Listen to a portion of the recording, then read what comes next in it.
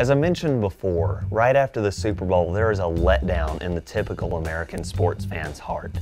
It makes sense. Football is America's sport. The Super Bowl is the most anticipated sporting event in America, and perhaps the world. But that letdown doesn't really seem to apply here in Kentucky. After all, football may reign supreme in America, but the king of Kentucky is in the hardwood. Not only do we not have a letdown post-Super Bowl, it's almost the opposite. There is so much anticipation in the Bluegrass State for March Madness that the Super Bowl in all its glory is almost a distraction. With that said, where do the Kentucky teams stand in the brackets? This is February, and as we all know, a lot can change between here and March Madness. There are a couple of things that factor into the potential seeding of each team in Kentucky, though. First off, how do they finish? It always seems like, regardless of what a committee weights over the other things, whether it be conference schedule, strength of schedule, or conference tournament play, that the end of the year is given more weight than the beginning. If that is the case, then that will favor the Kentucky Wildcats, which is the first team I'd like to talk about. This is a team that did not start well. They lost to Duke, Notre Dame, at home to Baylor, and barely beat Morehead State. Then after that home loss to Texas A&M, everyone seemed to remove Kentucky from their projected brackets. The ship has begun to turn, though. Wilcher's play has improved. Poythress's play has improved. Noel has been phenomenal. Harrow, Goodwin, Polson, they're all improving by the minute. I think the highest Kentucky is going to get seed-wise is about a 7, realistically an 8 or 9. But this is not a team that other teams are going to want to face in the tournament, because unlike other potential 8 or 9 seeds like a Creighton, for example, Kentucky has the athleticism to hang with the best teams in the country. The one thing I would like to point out about Kentucky, though, is that in all probability, Kentucky will lose at least 2 more games, because Kentucky has Florida on the schedule twice. And unless you're Arkansas and you can pull a fluke game out of your butt and somehow dominate the Gators, you're probably not beating them here in the SEC. I don't think Kentucky changes what Florida's been doing in the SEC, but if they can avoid any bad losses, continue to win games on the road, and get to the finals of the SEC tournament, I think there'll be a strong case for an 8 or 9 seed, possibly a 7 if a few teams slip up in front of them. Now, if a strong finish helps Kentucky, it's going to hurt Louisville. This is a team that started 16-1. Their only loss in that time was against Duke on a neutral court. Then Syracuse beat them. We didn't really panic. Louisville was the #1 team at the time, but Syracuse was ranked 6th. It wasn't a bad loss, even though it was at the KFC Yum Center. But then the wheels just randomly fell off, and they lost to Villanova and Georgetown in back-to-back games following that Syracuse loss.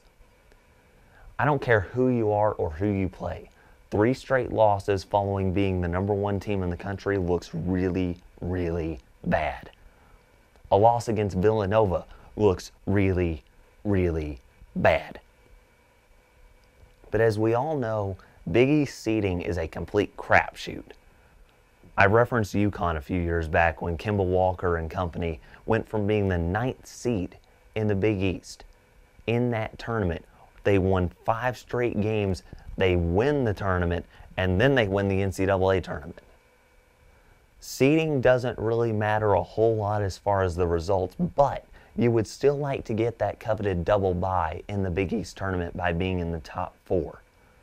Louisville right now is setting at 4, and their schedule is really favorable. They only play 1 ranked team. That's a rematch against Syracuse. And I think they'll probably be favored in every single game except for maybe that one from here on out.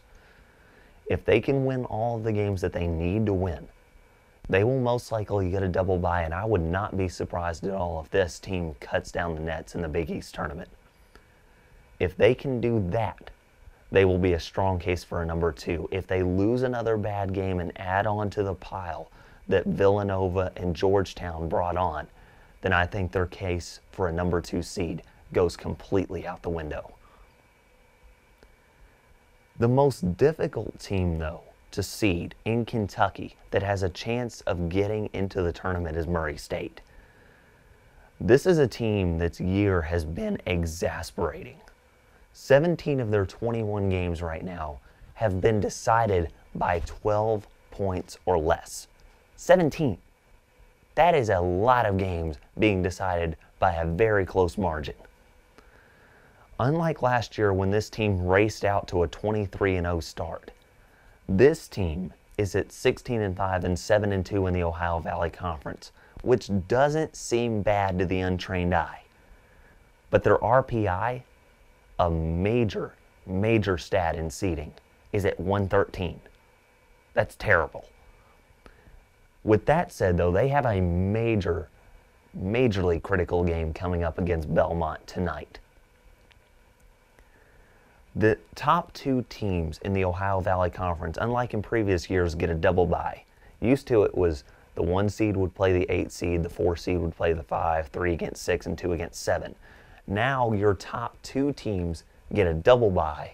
Your seeds 3 and 4 get a single bye, and seeds 5 through 8 have to play from the get-go, with seeds 9 through 12 being left out of the conference tournament altogether. Right now, Murray State's sitting at 2, and that Belmont game, as I mentioned, is tonight. If they can win that game, they stave off the teams that are a half game behind them. There are 2 of them. If they can win this game tonight, they're 8-2. They're probably a lock for the 2nd seed as long as they avoid any bad losses. Belmont's the number 1 team in the Ohio Valley Conference. They're 10-0. They're most likely not giving up that number 1 seed, even if Murray State does win tonight. But if Murray State can pull off a win, they solidify their case for a number 2 seed and get that double bye. With all of this said, where do I think that each of the Kentucky teams stand in the brackets come tournament time? Let me start by saying that I think Kentucky and Murray State, who are probably still considered bubble teams, are both in. Louisville is a lock already. I think the experience of last year's Murray State team will carry over come Ohio Valley Conference tournament time. They win the conference tournament. Their RPI will not be that strong though, so look for them to get about a 13 or 14 seed. If the Racers can get a 14 seed, they might end up playing in Rupp Arena because that's the site of a 3-14 game, I believe, in the East bracket.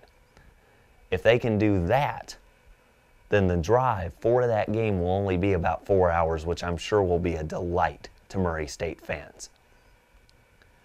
Kentucky, the other bubble team, will have to have a strong finish in order to get out of that 10 or 11 seed projection that experts kind of keep wanting to push them into every time that they struggle. Right now, in most of the brackets that I've seen, they're setting at about that 8 or 9 range. And I think they stay there and possibly move up to a 7, as I said, if they can finish the season strong and avoid any bad losses. I look for the Cats to probably post around a 22-9 record and about 13-5 in the SEC. Look for them to get to the championship game of the SEC, probably lose to Florida again. Sorry, Florida's probably going to sweep us. They are that good this year.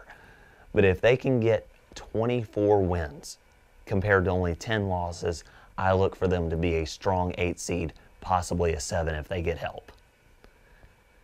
Now, Louisville is a lock. They're not sitting on the bubble. They haven't been all season. They never will be, at least not this year. Not only that, I think they are the conference champions of the Big East. I know they are 4th in the Big East Conference right now, but they're only a game back. And they've already beaten one of the teams that's ahead of them at least recently, and that's Marquette, and they drubbed them 70-51. Their closing schedule, as I said before, looks favorable. I don't see a loss for the rest of the year. And if they can win out and then win the conference tournament in the Big East, that is going to look great to a committee, especially considering that pretty much all committees heavily favor that latter part of the conference schedule and the conference tournament. Look for them to get a number 2 seed and maybe have an outside chance at getting a 1 seed if a couple of the upper echelon teams start to stumble. That will do it for the opening show. Thank you for joining me on the Kentucky Kid. Until next time, God bless.